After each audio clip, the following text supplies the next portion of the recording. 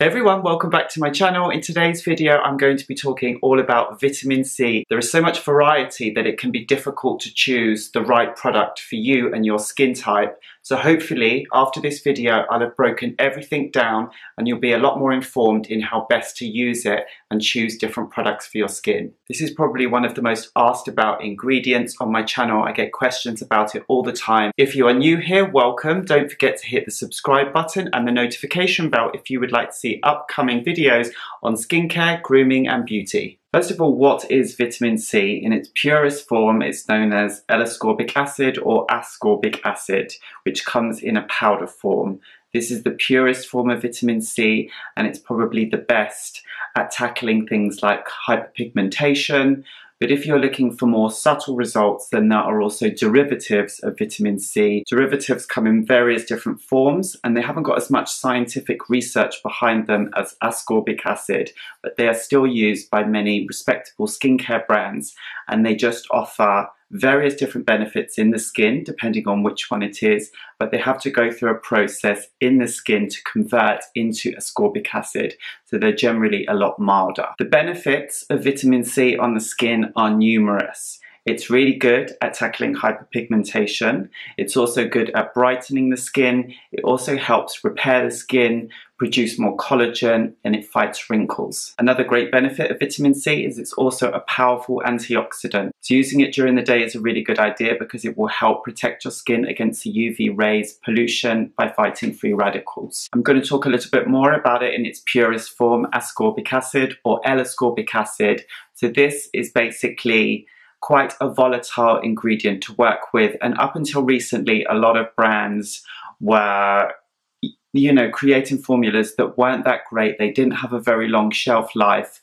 But as things have progressed, brands have worked out ways to formulate with L-ascorbic acid so that it lasts a lot longer. And this is normally by packaging it in airless containers and mixing it with ingredients that don't contain any water. It's when it comes into air or water that it begins to oxidize. So it's actually best if it's freshly mixed. And there are a few brands that have come up with ways to freshly mix it in the skin. One of them is Nuri, which is a Danish brand. And then you've got Clinique that have done something. And then you've also got The Ordinary, which just sell the powder in its own that you can mix with other products. I think that if pigmentation is your issue, or dark spots, and you're looking to fade them, then you are best to use this in the purest form and avoid the derivatives, at least as your main way of using it. For instance, a lot of people use vitamin C at night, but a lot of people like to use it in the day because it does double up as an antioxidant. So I think that if it was with me and pigmentation were my issue, what I would do is I would use a stronger formula at night because it's more prone to cause sensitivity in the skin,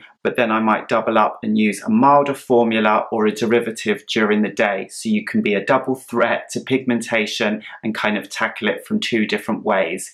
If you use a really strong formulation of vitamin C during the day, you run the risk of causing irritation in the skin, which is never a good thing. So if it is a really potent form that you're using, it will probably be better to use it at night. But if pigmentation is not your issue, then you could perhaps go in with something milder and then use it during the day. That's definitely what I like to do, and then it works great as an overall skin brightener. With continued use, it will help produce more collagen in the skin, it will help with elasticity, and it will help fight fine lines as well. The next thing I'm going to talk about is what you should and shouldn't mix vitamin C with. There are certain things that it works with and certain things that it does not. First thing I'm going to talk about is acids, AHA and BHA. Vitamin C, whilst it's not specifically an exfoliating product, it does have that effect on the skin. So if you haven't used it before and you haven't exfoliated for a long period of time prior to this, you might notice some kind of peeling on the skin or some kind of exfoliating effect. This is completely normal, and vitamin C does have that effect on the skin. Therefore, it's not advised that you mix it with other exfoliating products such as an AHA or a BHA because it's just too much exfoliating to the skin, which can cause sensitivity. Another thing that you might have heard is that vitamin C does not work with niacinamide. Now, there's different reports on this. From the research that I have done, it seems that is old findings, old research that says that vitamin C cannot be mixed with niacinamide. There are many modern formulations on the market, such as the Alpha H multivitamin super cream that contains vitamin C and niacinamide. The only thing that I don't recommend doing is cocktailing it yourself. I think that in this case, it would be better to buy a formula that's already been put together that contains vitamin C and niacinamide. Now, according to my research, benzoyl peroxide and vitamin C should not be mixed together. The reason for this, from what I know, is that benzoyl peroxide works on acne or spots or breakouts to help heal them faster and clear out any dirt and bacteria. Now, what that does is it causes a process of oxidation. So if you mix it with vitamin C, which is an antioxidant, it can cause the vitamin C to oxidize and therefore stop working on the skin.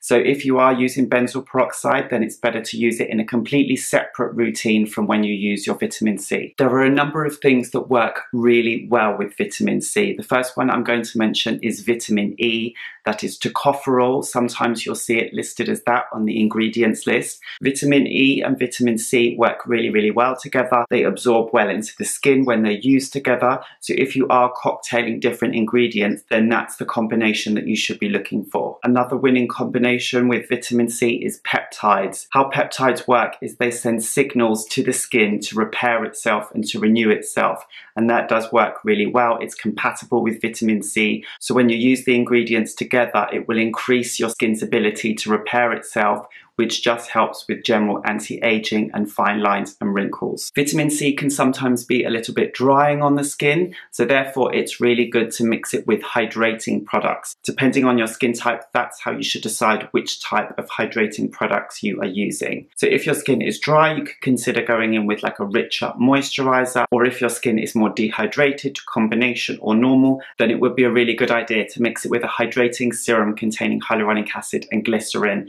But either way, throughout the skin types, hyaluronic acid and glycerin are really good ingredients. They're humectants and they work really well in combination with the vitamin C to keep your skin hydrated. Another ingredient that works really well with vitamin C is Arbutin. I think that I pronounced that correctly. What that does is that inhibits the form of melanin, that's pigmentation in the skin, and what vitamin C does is it helps remove it. So Arbutin is a preventative and vitamin C is a treatment. So when you use them together, that's a double threat and it will really work hard to help prevent the pigmentation and reduce it at the same time. I think that's everything you need to know regarding vitamin C and how it works in the skin, what you mix it with, what you don't mix it with, and the benefits from using it at night or during the day. If you've got any questions regarding this, then please let me know in the comments, and I'm planning to do another video where I recommend specific products. If there's anything that you would like to see in terms of products that you think that I should perhaps look at to feature in the upcoming video, then please let me know. I have a few in mind and I've got my eyes out looking for other ones as well. Don't forget to give this video a thumbs up, and if you're not subscribed already, please do, and I will see you in the next one.